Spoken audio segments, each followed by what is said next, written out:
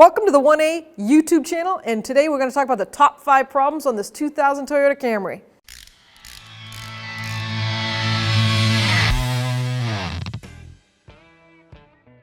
Number 1 problem is hesitation on acceleration. So what you want to think about here is high mileage vehicles. It's not going to be so much a software update, which they recommend from Toyota as a software update. That would be if this car had say below 50K on it or 60K. That would mean you got a barn jewel. You found it in someone's barn and they have under 100K on a 2000 Camry.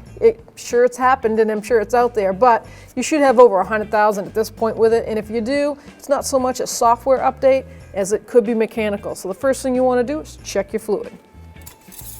Now we're not going for level at this point. We're going to check the condition of it. Let's check the color and see if there's any dirt or rust or chunks of metal coming out. That's really clean. But the next step to do is, it's a 2000 Camry, is it really clean because we have a fluid leak and someone keeps adding? So you're gonna raise that thing up and check for fluid leak. So the first thing you're gonna do, if you can, on your 2000 Camry, is lift her up with a floor jack, jack stands, or a lift if you're lucky enough, and check for transmission leaks. Now, I can see right here we have some nice red fluid dripping out right from the bell housing. So that confirms that I have a transmission fluid leak. You can also just check on the ground where you park overnight and see if you have any drips. If you do, it's not going to be a software update. You're going to be low on fluid. Now you have to think about 2000 Camry, how many miles you got on it? Add the fluid, see if it shifts better. If it shifts better once you put fluid in, it's not going to be a software update. Hey, if you got under 100K and it shifts bad and the fluid's good and there's no leaks, go spend the money, get a revised flashing on that computer and see what it does. Number 2 on this Camry is an O2 sensor code, oxygen sensor code. So it's going to be the one on the front, not the one below. It's going to be upstream, not downstream. And also on a Toyota, they call it an air-fuel ratio sensor. And it's the one located right here. And what happens is 90% of the time, the heater circuit inside fails.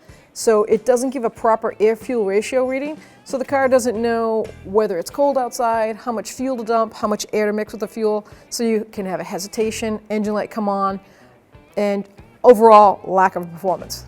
Number 3 is power steering leak.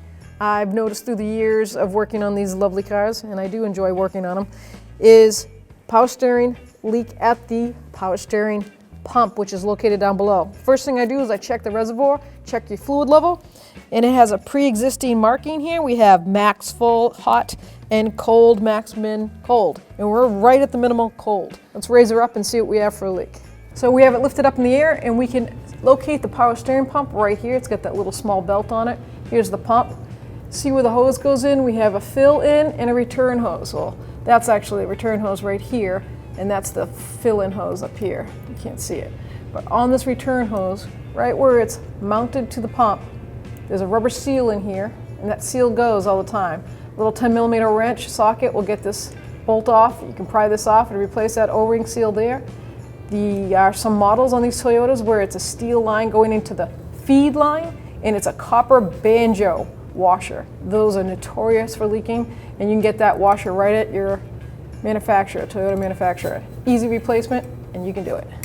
Number 4, burning smell. You smell something burning due to an oil leak, it's more than likely going to be the valve cover gasket.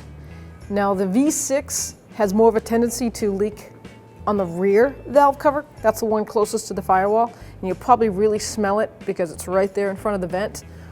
4 cylinders, they still leak also. As you can see on this one, we have a seepage in the back. So what you're going to want to do there is a simple valve cover job. Just replace the valve cover gasket and you're ready to go. Number 5. Now this one can be kind of tricky, but it's kind of a fun replacement or repair, shall I say. You ever have a Toyota where the harness breaks because it's attached to the trunk lid right here? So it's constantly going back and forth like that, and it causes a break in the harness. And you'll know this happens is when your shifter doesn't work or you have no reverse lights. So sometimes you'll get your car started up, starts up great, go to take it out of park. She doesn't want to leave the park. Well, could be a simple fix. There's a broken wire back here. And when I lower the trunk a little bit, you'll see how the harness rubs right here.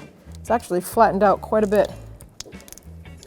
So the first thing you want to do is take this loom off and see if you have a crushed wire, and then you can repair it right there.